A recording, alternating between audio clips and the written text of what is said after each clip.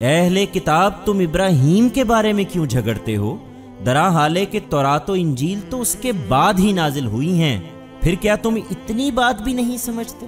یہ تم ہی لوگ ہو کہ ان باتوں میں تو جھگڑ چکے جن کے بارے میں تمہیں کچھ علم تھا، مگر اب یہ اس بات میں کیوں جھگڑ رہے ہو جس کا تمہیں کچھ بھی علم نہیں ہے؟ اور حقیقت یہ ہے کہ ان سب حقائق کو اللہ جانتا ہے مگر تم نہیں جانتے۔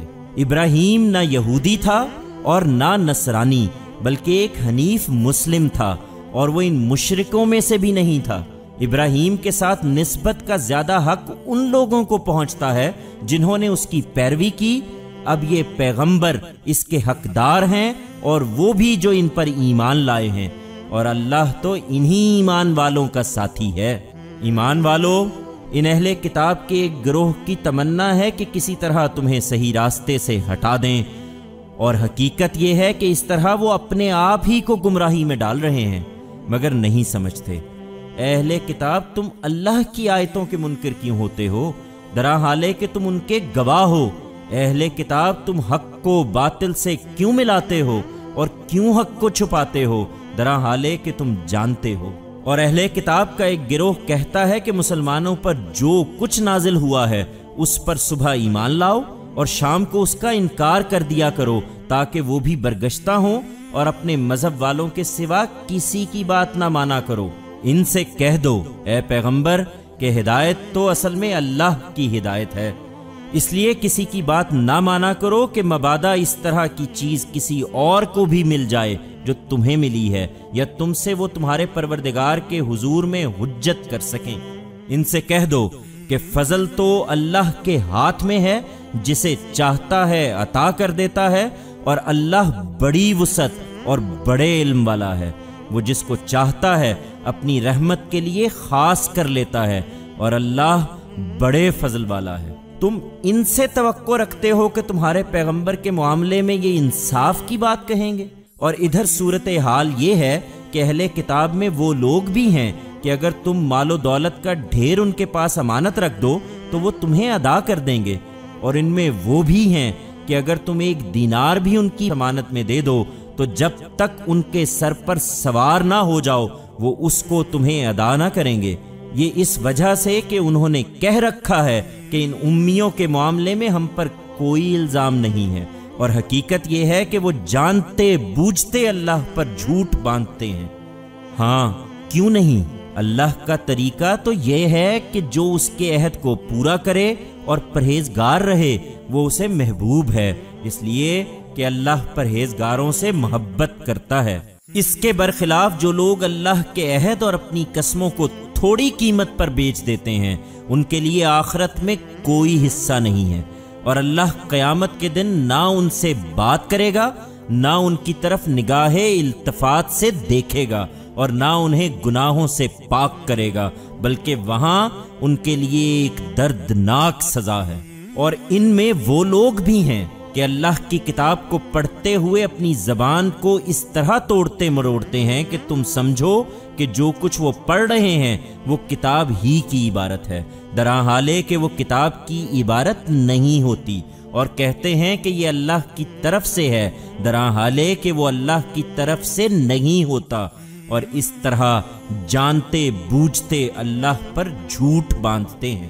پھر یہی نہیں، وہ اللہ کے پیغمبر پر بھی جھوٹ باندھتے ہیں، اور نہیں سوچتے کہ کسی انسان کی یہ شان نہیں ہے کہ اللہ اس کو اپنی کتاب دے اور اس کے مطابق فیصلہ کرنے کی صلاحیت اور نبوت عطا فرمائے، پھر وہ لوگوں سے یہ کہے کہ اللہ کے بجائے تم میرے بندے بن جاؤ۔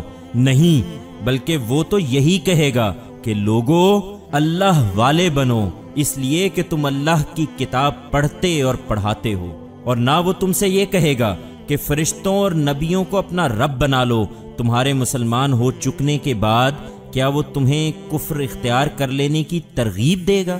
اور انہیں یاد دلاؤ جب اللہ نے نبیوں کے بارے میں ان سے عہد لیا کہ میں نے جو شریعت اور حکمت تمہیں عطا فرمائی ہے، پھر تمہارے پاس کوئی رسول اس کی تصدیق کرتے ہوئے آئے جو تمہارے پاس موجود ہے تو تم اس پر ضرور ایمان لاؤ گے اور ضرور اس کی مدد کرو گے۔ اس کے بعد پوچھا، کیا تم نے اقرار کیا اور اس پر میرے عہد کی ذمہ داری اٹھا لی ہے؟ انہوں نے جواب دیا کہ ہم نے اقرار کیا۔ فرمایا کہ پھر گواہ رہو اور میں بھی تمہارے ساتھ گواہ ہوں۔ فرمایا کہ پھر جو اس کے بعد اس عہد سے پھریں گے تو وہی نافرمان ہیں۔ یہ پیغمبر اسی طرح آئے ہیں، تو کیا یہ لوگ اب اللہ کے دین کے سوا کسی اور دین کی تلاش میں ہیں؟ درا حالے کہ زمین اور آسمانوں میں تون و کرہن سب اسی کے فرما بردار ہیں اور اسی کی طرف لوٹائے جائیں گے۔ ان سے کہہ دو کہ ہم نے اللہ کو مانا ہے اور اس چیز کو مانا ہے جو ہم پر نازل کی گئی اور جو ابراہیم، اسماعیل، اسحاق اور یعقوب اور ان کی اولاد پر نازل کی گئی، اور جو موسیٰ اور عیسیٰ اور دوسرے سب نبیوں کو ان کے پروردگار کی طرف سے دی گئی۔ ہم ان میں سے کسی کے درمیان کوئی فرق نہیں کرتے۔ یہ سب اللہ کے پیغمبر ہیں اور ہم اسی کے فرما بردار ہیں۔ یہی اسلام ہے، اور جو اسلام کے سوا کوئی اور دین اختیار کرنا چاہے گا تو اس سے وہ ہرگز قبول نہ کیا جائے گا، اور قیامت میں وہ نامرادوں میں سے ہوگا۔ تم ان کی ہدایت چاہتے ہو؟ اللہ ان لوگوں کو ہدایت کس طرح دے گا جو ماننے کے بعد منکر ہو گئے، درا حالے کہ وہ اس بات کے گواہ ہیں کہ یہ رسول سچے ہیں، اور ان کی سچائی پر گواہی کے لیے ان کے پاس کھلی ہوئی نشانیاں بھی آ چکی ہیں۔ حقیقت یہ ہے کہ اللہ اس طرح کے ظالم لوگوں کو ہدایت نہیں دیتا۔ یہی ہیں کہ جن کی سزا یہ ہے کہ ان پر اللہ اور اس کے فرشتوں اور تمام انسانوں کی لعنت ہے۔ یہ اسی میں ہمیشہ رہیں گے، نہ ان سے عذاب ہی ہلکا کیا جائے گا اور نہ انہیں مہلت دی جائے گی۔ ان میں سے البتہ جو اس کے بعد توبہ اور اصلاح کر لیں وہ اس سے محفوظ رہیں گے، اس لیے کہ اللہ بخشنے والا ہے، اس کی شفقت ابدی ہے۔ اس کے برخلاف جو ماننے کے بعد منکر ہو گئے پھر اپنے اس انکار میں بڑھتے چلے گئے یہاں تک کہ آخری وقت آ گیا، ان کی توبہ ہرگز قبول نہ ہوگی، اور وہی در حقیقت راہ سے بھٹکے ہوئے ہیں۔ اسی طرح جو منکر ہوئے اور اسی انکار کی حالت میں دنیا سے رخصت ہو گئے، ان میں سے کوئی اگر اپنے آپ کو سزا سے بچانے کے لیے زمین بھر کر سونا بھی فدیے میں دے تو اس سے ہرگز قبول نہ کیا جائے گا۔ یہی ہیں جن کے لیے دردناک عذاب ہے، اور وہاں وہ اپنا کوئی مددگار نہ پائیں گے۔ ان کا یہ رویہ محض اس وجہ سے ہے کہ دینداری کی بعض رسمیں پوری کر دینے کے باعث یہ اپنے آپ کو بڑی چیز سمجھتے ہیں۔ ان سے کہہ دو تم نیکی کی حقیقت کو ہرگز نہیں پا سکتے جب تک ان چیزوں میں سے اللہ کی راہ میں خرچ نہ کرو جو تمہیں محبوب ہیں۔ اس پر غور کرو اور یاد رکھو کہ جو کچھ بھی تم خرچ کرو گے اس کا صلہ تمہیں لازماً ملے گا، اس لیے کہ اللہ اسے جانتا ہے۔ انہیں اعتراض ہے کہ یہ پیغمبر تورات کی تصدیق کرتے ہیں تو اس میں جو چیزیں حرام ہیں ان میں سے بعض کو حلال کیوں سمجھتے ہیں؟ کہہ دو کہ کھانے کی یہ سب چیزیں بنی اسرائیل کے لیے بھی اسی طرح حلال تھیں، سوائے ان کے جو اسرائیل نے تورات کے نازل ہونے سے پہلے خود اپنے لیے ممنوع ٹھہرا لی تھی۔ کہہ دو کہ نہیں مانتے تو لاؤ تورات اور اس کو پڑھو اگر تم سچے ہو۔ پھر اس کے بعد بھی جو لوگ اللہ پر جھوٹ باندھیں وہی ظالم ہیں۔ کہہ دو کہ اللہ نے سچ فرمایا ہے، اس لیے اپنے ان تعصبات کو چھوڑ کر ابراہیم کے طریقے کی پیروی کرو جو اسلام کے راستے پر بالکل یکسو تھا اور مشرکوں میں سے نہیں تھا۔ اسی طرح قبلے کے بارے میں بھی انہیں اعتراض ہے۔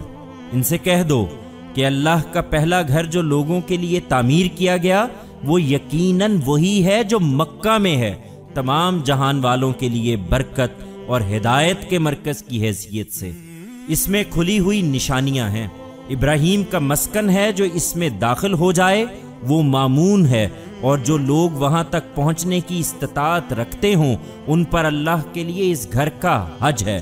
یہ اس کی نشانیاں ہیں، اور جو اس کے بعد بھی انکار کریں اللہ کو ان کی کچھ پرواہ نہیں، اس لیے کہ اللہ تمام دنیا والوں سے بے نیاز ہے۔ ان سے پوچھو اے اہل کتاب، تم اللہ کی ان آیتوں کا انکار کیوں کرتے ہو، درا حالے کہ جو کچھ تم کر رہے ہو وہ اللہ کے سامنے ہے۔ ان سے پوچھو اے اہل کتاب، تم ان لوگوں کو اللہ کے راستے سے کیوں روکتے ہو جو ایمان لائے ہیں؟ تم اس میں عیب ڈھونڈتے ہو، درا حالے کہ تم اس کے گواہ بنائے گئے ہو۔ اس پر غور کرو اور یاد رکھو کہ کہ جو کچھ تم کر رہے ہو اللہ اس سے بے خبر نہیں ہے۔